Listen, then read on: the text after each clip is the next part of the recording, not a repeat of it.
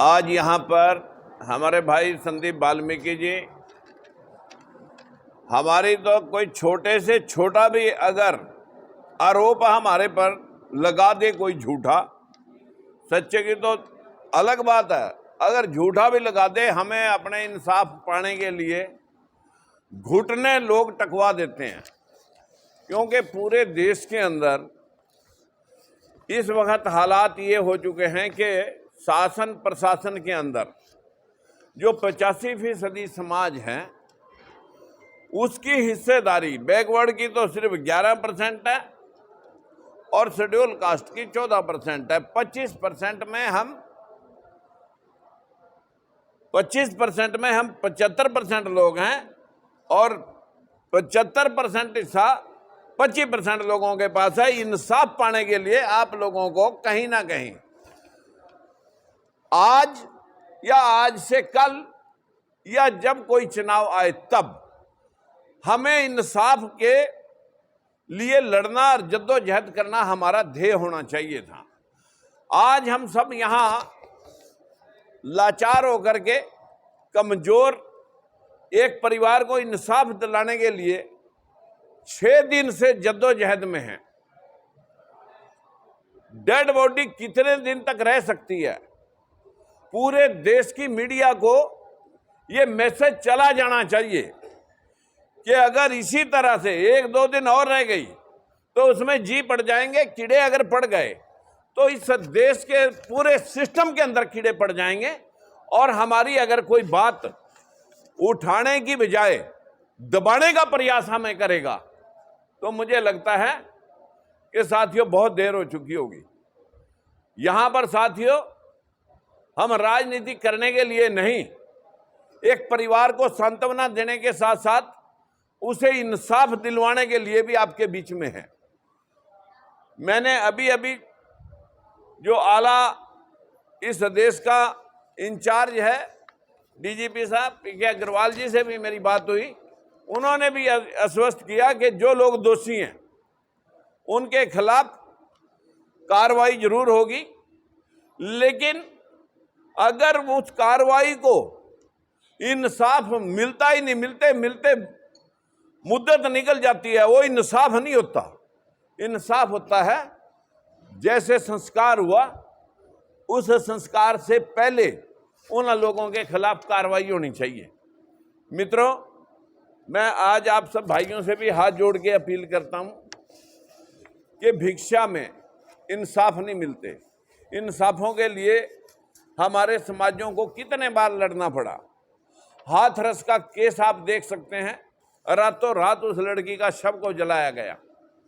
पुजारी का दिल्ली का केस आप देखेंगे, रातों रात उस शव को 8 साल की बच्ची को खुर्द-बुर्द। अभी जम्मू के अंदर यही है और तो और यमुनानगर के अंदर मैं पिछले साल गया था, जो लड़का रमन वाल्मीकि था उसका भी इसी तरह से पुलिस कस्टडी के अंदर उसकी जो है ना टॉर्चर करके हत्या की गई थी। आज अब उसके भाई को गोली मार दी गई है, जानू को भी गोली मार दी गई है। लेकिन ये पप्पी कल्ला नहीं है, इस प्रकार के अनेकों पप्पी है। हमारे सामने लारा की हत्या हुई थी, हमारे सामने और ना जाने किस किस की हत्याएं हुई। मित्रों, अगर मैं फहरिस्त गिनवाऊं आपके मिर्चपुर कांड पड़ोस में क्या हुआ था, मिर्चपुर कांड, बगाना कांड, रसौड़ा कांड, सतनाली कांड, कांडों की फहरिस्त अगर हम गिनने लगे तो हम लोगों को बाहर निकलना सड़क के ऊपर दूभर हो जाएगा।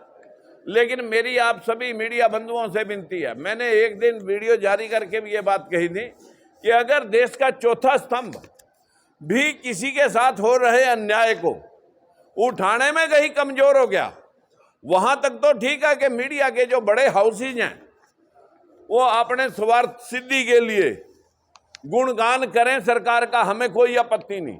लेकिन मजलूमों के साथ अगर इस तरह की दरिंदगी बरती जाएगी तो फिर साथियों इस देश का जंगल राज बनते देर नहीं लगेगी। अब क्योंकि पानी सर से ऊपर जा रहा है और कमजोर तबका बेरोजगारी के हाथों वो तो लाचार हो ही रहा है। लाचारी दूसरे शब्दों में हमारे जीने के ऊपर भी हो गई। किसी के खेत में जाएं तब दुदकार, काम पे जाएं तब दुदकार।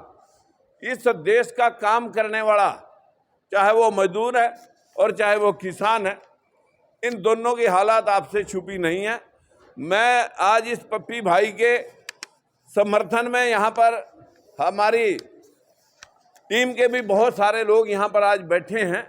मैं उनसे भी विनती करूँगा कि मित्रों, जब तक इंसाफ नहीं मिलता तब तक हमारी ये पूरी टीम इस समाज की इस घर की पैरवाई करेगी और तब तक ये लड़ाई जारी रहेगी जब तक सरकार के कान नहीं खुलते।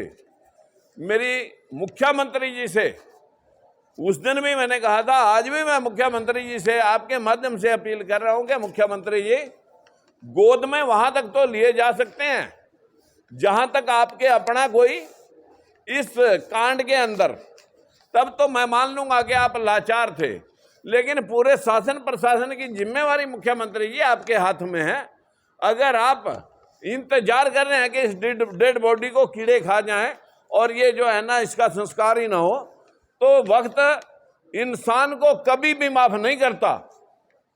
आप लोगों को ये अब तक इस परिवार को सांत्वना देने के लिए आना चाहिए था और सांत्वना के साथ साथ उनके दोषियों के खिलाफ FIR लॉन्च करनी चाहिए थी। और इस बच्चे को, जिसके गले में यहाँ से उठा करके सिर्फ 580 ग्राम गांजा बनावटी करके किसी के भी पल्ले में पुलिस डाल दे अपनी हिफाजत के लिए और 4 लाइन लिख दे, या तो यहाँ से कोई समाज में इसका चरित्र, इस बच्चे के चरित्र के ऊपर चित्रण होना चाहिए था, लोगों से पूछताछ होनी चाहिए थी कि क्या ये परिवार का बच्चा ऐसे काम करता है। और या दूसरे शब्दों में मैं ये कहूँ कि इसका पिछला बैकग्राउंड कोई रिकॉर्ड आपके पास ऐसा चला आ रहा है कि 4 बार 6 बार आपने समझा दिया, मुकदमे दर्ज कर दिए, और उसके बाद आज यहाँ पर इसे सीधा उठा करके इसका मर्डर कर दिया। तो मैं मांग करता हूँ मीडिया के माध्यम से, आप सभी बंधुओं के माध्यम से, कि तुरंत सरकार चेते में आए और आला अधिकारियों से को आदेश करे। मैं अपने भाई अनिल भी से भी प्रार्थना करूंगा आप इसी मीडिया के माध्यम से कि भाई, गरीब होना कोई दोष नहीं है। जो काम करने वाले लोग हैं वो सारे गरीब हैं, और इस देश का जो कामगार आदमी है, अगर उसका पेट खाली है, उसका पेट भूखा है, तो वो एक दिन विस्फोट होता है। ऐसे कई कंट्रियों में हो चुके हैं। लेकिन आप इस देश का, इस प्रदेश का, हरियाणा प्रदेश का सिस्टम पहले भी देख चुके हैं। आज कमान आपके हाथ में है और आप तो भाई गब्बर की भूमिका में रहते हैं। मैं तो आपसे ये विनती करना चाहूंगा कि उनके खिलाफ तुरंत कार्रवाई करके इस घर को मुआवजा भी दिलवाए और उसके साथ साथ दोषियों को कड़ी से कड़ी सजा भी दिलवाने के लिए कार्रवाई आप करें। इन्हीं शब्दों के साथ मैं सभी जैसा भी आपकी DGP जी से बात हुई है, क्या आश्वासन दिया गया उनकी तरफ? देखिए, मेरे को DGP साहब ने कहा कि मैं अभी IG साहब से बात करता हूं और इसके ऊपर कार्रवाई करने के लिए मैं जो भी मतलब जो है ना कार्रवाई यहाँ बैठती है उसकी कार्रवाई होगी और किसी तरह की कोई बात नहीं है।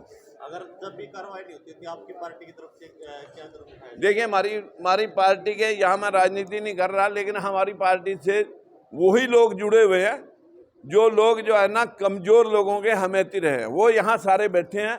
और इस पूरी महफिल में अगर मैं कहूँ कि 50% अपनी टीम बैठी है तो कोई यथोशक्ति नहीं है। हम तो हमेशा गरीब के हिमायती रहे हैं, लेकिन गरीबों ने भले हमारी हिमायत नहीं की, लेकिन हम अपना कर्म कर रहे हैं और ये गरीब रहने के लिए अपना कर्म कर रहे हैं कि भाई हमने आगे बढ़ना ही नहीं, उठना ही नहीं। लेकिन आज का विषय पप्पी को इंसाफ दिलाने का है, ना कि कोई राजनीति का। मेरा विषय सिर्फ इतना है कि अगर ये कार्रवाई नहीं होती तो फिर ऐसा भी जरूर होगा, हमारी टीम पूरे प्रदेश से जुड़ेगी। आपके लोग, भाई संदीप भाई भी यहाँ आए हैं और बसपा वाले भी मेरे से कह रहे थे कि हम भी आपके साथ जाने के लिए तैयार हैं, लेकिन ये लोग समझते नहीं। मैंने कहा भाई ये समझें या ना समझें, लेकिन हम तो समझाना हमारा फर्ज है। लेकिन ये युद्ध होगा अगर इस डेड बॉडी में इसी तरह से पड़े रहने में कीड़े कहीं चल गए तो ये पूरे देश के मीडिया के अंदर जाएगी मैसेज और आप लोगों को जवाब देना मुश्किल हो जाएगा। अभी आपके सामने संदीप भाई भी 2 शब्द कहना चाहते हैं।